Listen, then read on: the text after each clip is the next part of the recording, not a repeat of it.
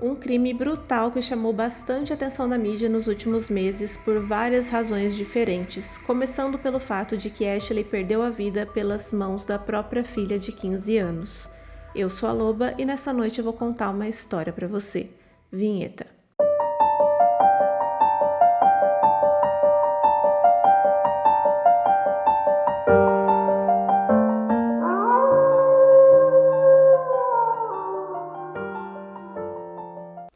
Olá, sejam todos muito bem-vindos.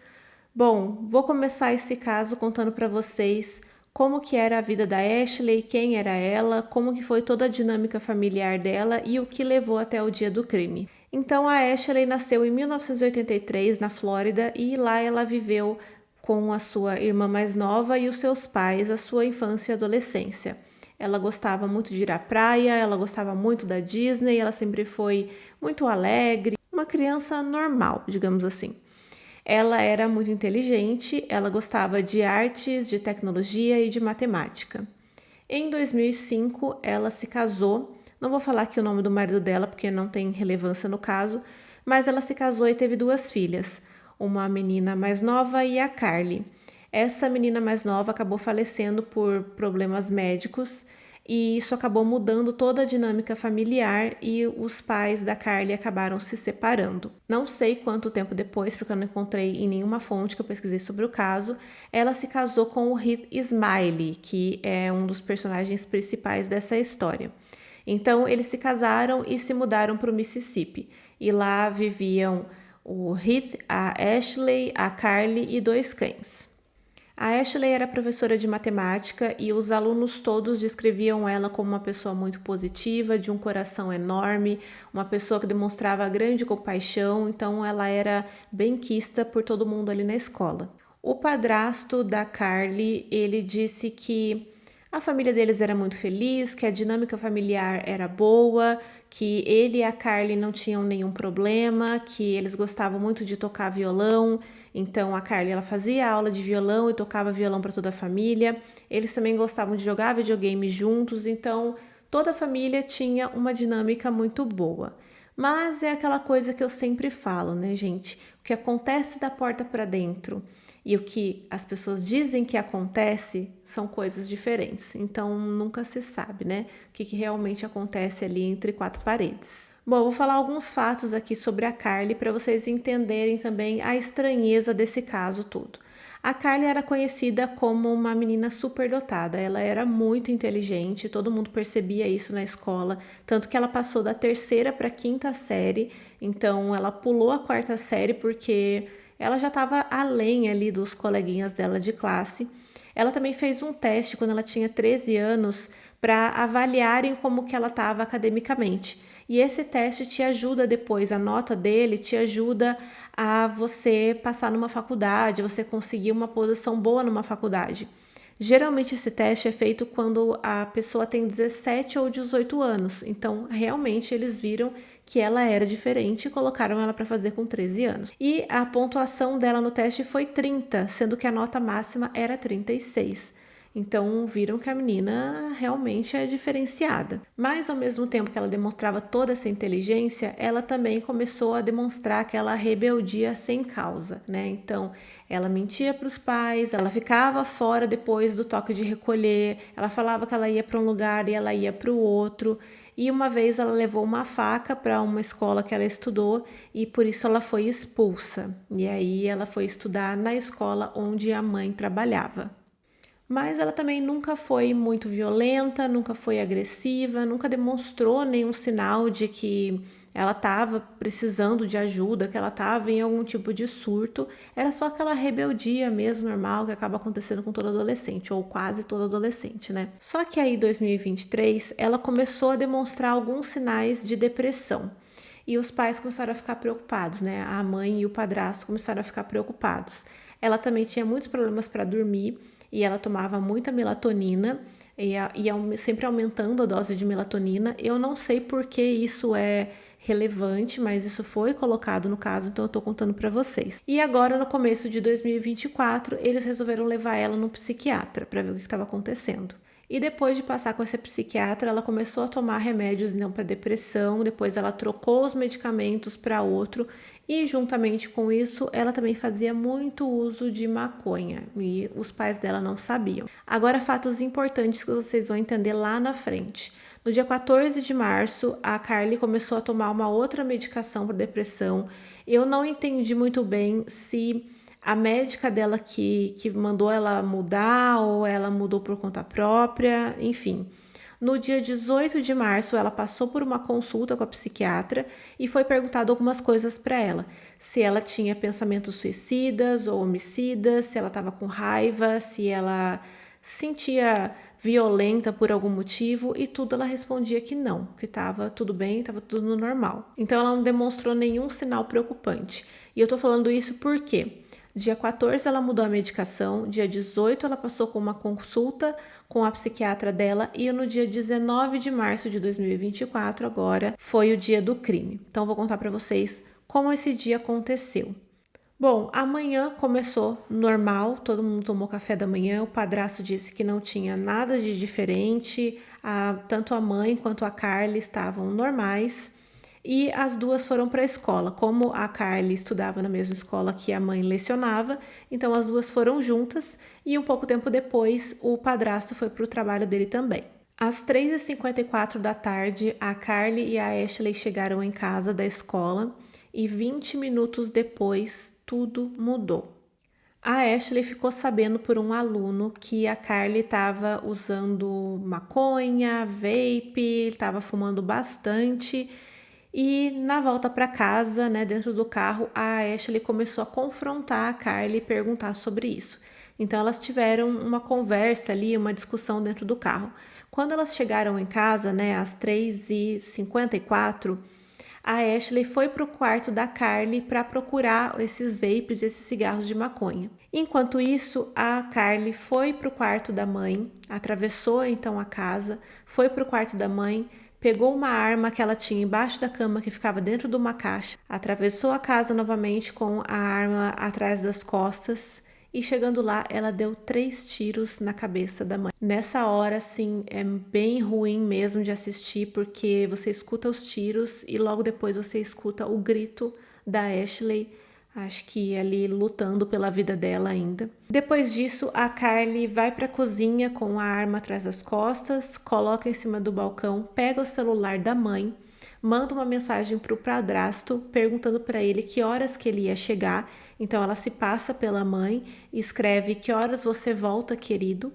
E depois ela pega o celular dela, manda uma mensagem para uma amiga, fala para essa amiga que ela teve uma emergência familiar, que era para a amiga ir para casa dela imediatamente. E quando a amiga chega lá, ela pergunta: "Você já viu um corpo morto?"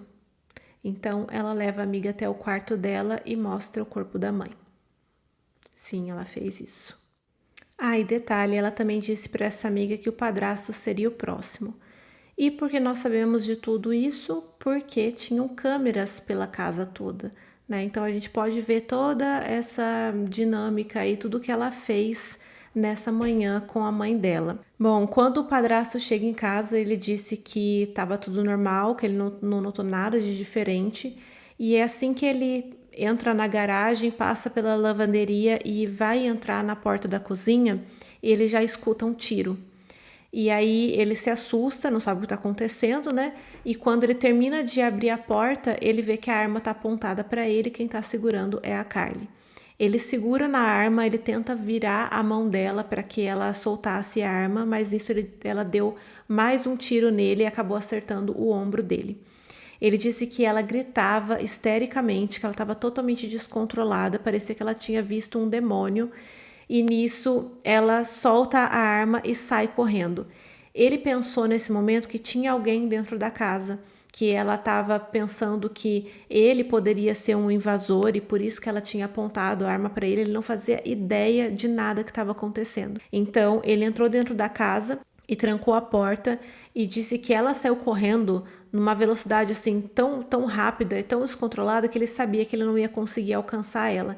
Então ele só pensou em entrar dentro da casa e trancar a porta, porque se tivesse alguém ali no quintal e tentasse entrar novamente dentro da casa, não ia conseguir. Foi isso que ele pensou. O Heath tinha dado essa arma para Ashley porque os dois gostavam de atirar, era um hobby que eles tinham, e ele disse que a Carly não fazia ideia de como manusear uma arma, de que ela nunca tinha pegado numa arma, então não sei, né? Talvez ela soubesse e ele não sabia disso. Bom, então ele entrou na casa desesperado, começou a chamar pela Ashley, a procurar por ela. Ele foi até o quarto dos dois e não encontrou ela lá. Depois ele foi até um outro quarto da casa e também não encontrou ela. E quando ele chegou no quarto da Carly, ela estava deitada em cima da cama com os braços cruzados e uma toalha em cima do rosto. Ele verificou o pulso dela, viu que ela não tinha pulso, então ele tirou a toalha e viu uma poça de sangue. E aí ele entendeu que ela tinha levado tiros na cabeça. Imediatamente ele liga para o 911 e ele estava completamente descontrolado e ele só conseguia gritar: ela matou a mãe e ela atirou em mim. Quando a polícia chegou, o Heath estava deitado no chão da varanda e ele estava completamente em choque. Ele só conseguia repetir essas mesmas palavras, essas mesmas frases. Então a polícia examinou ele foi encaminhado para o hospital para ver o ferimento, né, no ombro. E eu fico imaginando a cabeça desse homem. Deve ser uma coisa horrível que ninguém imagina passar. Você chegar em casa e ver uma cena de horror dessa. E foi tudo extremamente rápido. Entre ele chegar em casa e depois a câmera de segurança de fora registrar a Carly e a amiga pulando a cerca e fugindo, foram apenas 2 minutos. Em 2 minutos tudo isso aconteceu. Ele chegou em casa, levou um tiro, a menina correu, ele descobriu o corpo da mulher ali naquela situação. E enquanto tudo isso acontecia, a amiga da Carly estava esperando do lado de fora. Pois é. Em algum momento, enquanto a Carly e a amiga dela estavam correndo, as duas se separaram, né? Cada uma foi para um lado. E essa amiga da Carly foi para casa de um amigo num bairro próximo. Chegando lá, ela ligou para o pai, contou tudo o que tinha acontecido. O pai foi buscar ela e levou imediatamente para a delegacia e ela contou tudo o que aconteceu. Eu acho que esse pai foi extremamente esperto, né? Sendo que a filha dele estava ali, foi lá, né, de curiosa, ver o corpo da mãe da Carly, depois ficou esperando a menina atirar no padrasto. É uma situação realmente bem complicada. Nesse momento, a polícia já estava procurando a Carly por todo canto e um policial que tinha acabado de receber o chamado, que tinha acabado de saber da história e ele nem soube, na verdade, de toda a história, ele avistou a Carly enquanto ele estava passando por uma rua. E aí ele viu que ela tinha, né, as características que tinham falado para ele, ele parou e perguntou se era ela que estava envolvida no incidente que tinha acabado de acontecer. Ela respondeu que sim e perguntou como que o padrasto dela estava. O policial então prendeu ela, começou a realizar ali os testes de resíduo de arma de fogo nas mãos dela imediatamente e deu positivo nas 2 mãos. E esse policial, ele não sabia de tudo que tinha acontecido, ele sabia pouca coisa, mas ele se lembra muito bem de que a Carly não perguntou em nenhum momento sobre a mãe dela. Ela só perguntou ali naquele primeiro momento sobre o padrasto. E nas imagens que eu vi, parecia que ela estava até calma, sabe? Ela estava bem normalzinha para o que ela tinha acabado de fazer. O corpo da Ashley foi levado então, né, para um médico legista e ele constatou que realmente ela levou 3 tiros na cabeça. O padrasto, depois que ele chega em casa, então ele vai verificar as câmeras de segurança e ele faz uma cópia e passa para o computador as imagens. Isso acabou quase que complicando ele por ter mexido nas provas antes da polícia. Mas depois ele logo já avisa a polícia que ele tem essas imagens e entrega, e eu acho que isso aí acabou não dando em nada. Parece que ele ia ser acusado por ter mexido, né, nas câmeras, mas acho que não foi para frente. Alguns dias depois, o padrasto estava arrumando a geladeira para colocar comidas que os vizinhos deram para ele ali, né, por condolências de tudo que aconteceu, e ele achou uma das câmeras de segurança dentro do freezer. Então, acho que a Carly pensou que essa era a única câmera de segurança e colocou dentro da geladeira para, né, encobrir as coisas que ela ia fazer em seguida. Mas dessa vez ele não mexeu em nada, ele nem tocou na câmera, ele avisou a polícia imediatamente do que ele tinha achado e eles foram lá recolher a câmera. Eu não vi em nenhum lugar, não consegui encontrar se tinha algum material nessa câmera, porque né, por causa da temperatura, talvez ela tenha sido danificada, então não encontrei nada sobre isso. Bom, agora vamos para o julgamento da Carly. Ele aconteceu rápido, né? Porque o crime aconteceu em março e ele foi agora em setembro. Acredito que pela repercussão toda, né? E também pela gravidade, né, do que aconteceu. E na primeira cariação, ela se declarou inocente e a defesa dela alegou insanidade mental, alegou que ela estava passando por um período de psicose e também um episódio de estresse agudo e que esse foi o motivo dela ter feito o que ela fez naquele dia. A promotoria disse que esse não era o caso, ela foi julgada como adulta, mesmo ela tendo apenas 15 anos, e eles disseram que ela era uma menina fria e calculista, porque pouco tempo depois da discussão ali com a mãe, ela já decidiu tirar a vida dela. A Carly tinha um diário e ela escreveu nele: tudo bem não ter família, tudo bem ser má, eu não acredito em Deus. E uma semana antes dela cometer o crime, ela escreveu: eu acho que estou tendo um episódio de psicose e mais cedo eu falei com as vozes na minha cabeça. Bom, um psiquiatra especialista em crianças e adolescentes conversou com a Carly logo após o crime. O Andrew Clark diagnosticou a Carly com transtorno bipolar, estado mental instável. Ela falou para ele que ela começou a ouvir vozes com 6 ou 7 anos, que ela tinha também pensamentos intrusivos e que ela tinha pensamentos de que ela era melhor que os outros. E ela também começou a se ferir, a se machucar com 11 anos de idade. Foi isso que ela falou para ele. Ela disse que a automutilação não era com o intuito de tirar a própria vida, que era só uma maneira de aliviar o estresse, a ansiedade e a depressão que ela sentia. Só que essas coisas não condizem muito com o que as pessoas em volta dela, né, as pessoas da escola e também o padrasto dela dizia sobre ela, que ela era uma menina doce, que ela era uma menina alegre, que gostava de tocar violão. Então, a promotoria acredita que ela esteja mentindo e tentando manipular o psicólogo, tentando inventar doenças. Ela também disse para o psiquiatra que ela teve um apagão mental quando ela teve a discussão com a mãe dentro do carro, que ela não sabia o que ela estava fazendo, que ela não se lembrava de nada e que ela só foi tomar consciência na hora que ela estava sendo presa.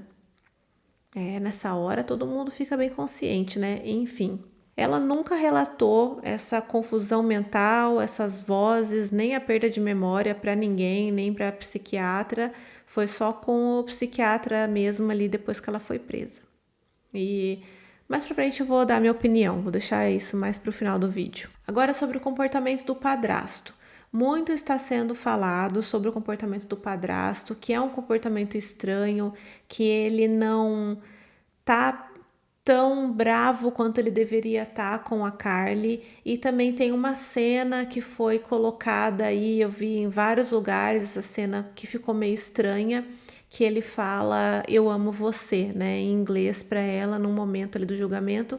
Eu não sei se essa cena foi manipulada, se essa cena foi montada, né? Vocês vão ver aí, vou colocar aí para vocês que ela sorri, né? Ela ri depois disso. Então eu não sei se essa cena dela sorrindo condiz com a cena dele falando eu amo você, se foi logo em seguida que uma coisa aconteceu, né? Na internet basta colocar que as pessoas acreditam. Então eu não sei se foi assim que aconteceu mesmo.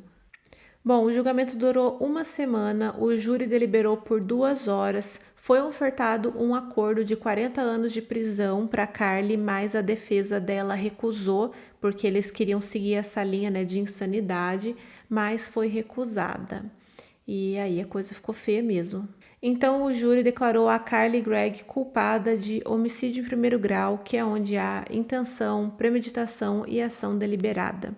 Ela também foi culpada de tentativa de homicídio pelo padrasto e adulteração de provas. Então ela foi condenada à prisão perpétua sem possibilidade de liberdade condicional e ela está na unidade de delinquentes no Centro Correcional do Mississippi. E a defesa dela solicitou um novo julgamento alegando novas evidências descobertas. Olha, eu acho muito, muito difícil porque tá tudo contra ela. Tem as imagens das câmeras, tem ela passando com a arma para lá e para cá, tem as mensagens que ela mandou para a amiga, tem o que ela tentou fazer com o padrasto. Então, assim, não acho que tem mais o que dizer e o que defender essa menina sobre esse caso. Agora vamos às considerações finais. Por mais que a mente da gente queira acreditar que só um surto vai fazer alguém matar a própria mãe, eu não acredito nessa versão, eu não acredito na versão ali que a defesa dela está tentando colocar, porque foi tudo muito certinho, sabe? Alguém que estaria em surto mandaria uma mensagem para uma amiga falando o que ela falou, mandaria mensagem para o padrasto, sabe? Ela pegou o celular da mãe para fazer isso, depois ela saiu da casa, ela conversou com os policiais ali normalmente, ela perguntou sobre o padrasto, em nenhum momento ela parecia estar em surto. Os policiais que prenderam ela ali disseram que, né, ela estava normal, ela estava conversando normal. Então, eu realmente não acredito nessa versão. Outra coisa sobre a relação dela com o padrasto. As pessoas, né, achando estranho ele não tá tão revoltado, ele não estar tão bravo e ele falar que amava ela ali no julgamento. Eu entendo por partes, porque dependendo da relação que os dois tinham, não sei se ela era bem novinha mesmo, se foi logo depois que os pais dela se separaram que a Ashley casou com ele, pode ser que ele realmente tenha um amor de filha, né, por ela, de pai e filha, e que ele tenha criado ela desde pequenininha. E nesse momento é muito difícil para uma pessoa que ama a outra acreditar que ela tenha cometido um crime tão horrível, acreditar que ela fez isso porque ela quis, sabe? Talvez ele acredite que ela estava mesmo em surto, né, em surto psicótico, em um acesso de raiva. Quantas vezes a gente não vê aí em julgamentos, a gente vê na televisão as mães defendendo os filhos até o fim dos crimes que eles cometeram, porque elas não conseguem acreditar que a pessoa seria tão má para fazer um negócio desse. Mas acontece, é porque o amor daquela pessoa não deixa ela enxergar essa maldade, não deixa ela enxergar isso. Outras pessoas também dizem que ele podia abusar dela, que eles podiam ter um caso, né? E eu digo abusar porque ela é menor de idade. Eu não sei, gente, eu realmente não sei. Pode ser isso? Pode.